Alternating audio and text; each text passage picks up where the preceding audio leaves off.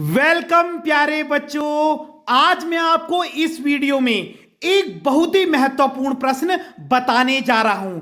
ये जो प्रश्न है ये सीबीएसई के इस साल के यानी 2022 और 23 के सैंपल पेपर में भी पूछा गया है और यह प्रश्न अभिव्यक्ति और माध्यम की पाठ्य पुस्तक से लिया गया है। तो यह प्रश्न बहुत ही महत्वपूर्ण है। प्रश्न है रेडियो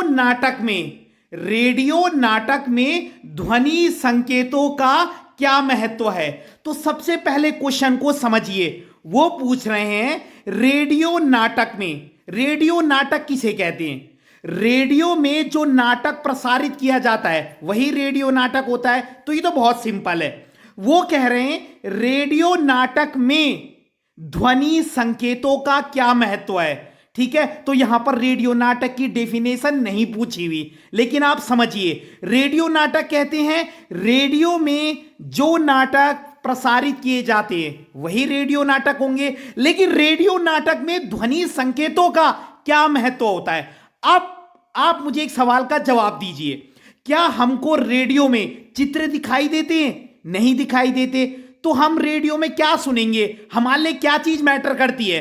फिर हमारे लिए मैटर करती है आवाज, क्योंकि रेडियो में क्या है, श्रोता आवाज ही सुन सकते हैं, हम आवाज के द्वारा ही उससे कनेक्ट हो सकते हैं। तो रेडियो नाटक में आवाज हो गई, डायलॉग्स हो गए, वो बहुत मैटर करते हैं, क्योंकि हमको चित्र तो दिखाई नहीं दे रहे। तो मेरा इंटरेस्ट कैसे बनेगा? मैं रेडियो के सामने भाई इतनी देर तक या थोड़ी देर के लिए भी कैसे बैठूंगा, क्योंकि मुझे चित्र तो दिखाई नहीं दे रहे। तो मैं किस पे डिपेंड हो जाऊंगा? वॉइस पे, क्योंकि मुझे क्या है, रेडियो में केवल आवाज ही सुनाई दे रहे हैं, डायलॉग सुनाई दे रहे हैं। तो रेडियो नाटक में ध्वनि संकेतों का क्या महत्व है। अब देखिए, बहुत ही महत्वपूर्ण प्रश्न है।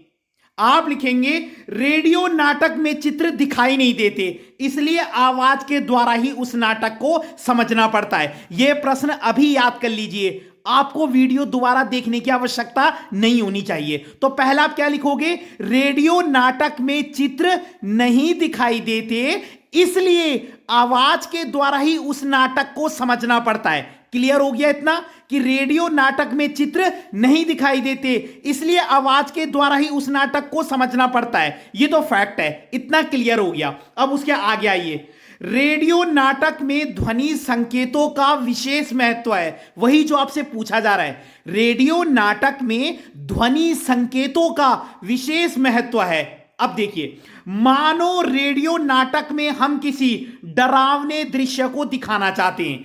मानो रेडियो नाटक में हम किसी डरावने दृश्य को दिखाना चाहते हैं, तो हमें डरावनी ध्वनि भी उत्पन्न करनी होगी। अब मुझे कैसे पता चलेगा रेडियो में कि इस समय रात का दृश्य है या कुछ डरावना सीन आने वाला है? क्योंकि आवाज वैसे ही होगी, तो मैं समझ जाऊंगा हाँ यार यहां पर कुछ डरावना सीन है। ठीक है, तो रेडियो नाटक में ध्वनि संकेतों का विशेष महत्व है। और लिख देना, मानो रेडियो नाटक में हम किसी डरावने दृश्य को दिखाना चाहते हैं, तो हमें डरावनी आवाज भी उत्पन्न करनी होगी। और उसके बाद लिख देना, इस ध्वनि के द्वारा हम उस नाटक को समझ सकते हैं कि वहां पर क्या चल रहा है। मतलब ध्वनि हो गई, डायलॉग हो गए, संवाद बहुत मैटर करता है। रेडियो नाटक में जो ये संगीत है, ध्वनि संकेत, संगीत और डायलॉग, संवाद, ये बहुत मैटर करते हैं। क्योंकि रेडियो नाटक में चित्र नहीं दिखाई देता, तो हम डिपेंड किस पर करते हैं? संवाद, जो डायलॉग्स होते हैं। ठीक है, ध्वनि संकेत, संगीत।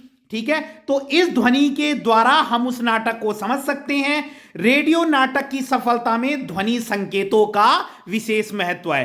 तो इसे आप अपनी लैंग्वेज में भी लिख सकते हो। ठीक है, अगर आपको वीडियो पसंद आई हो तो लाइक कीजिएगा, कमेंट कीजिएगा और अपने चैनल को सब्सक्राइब जरूर कीजिएगा। धन्यवाद।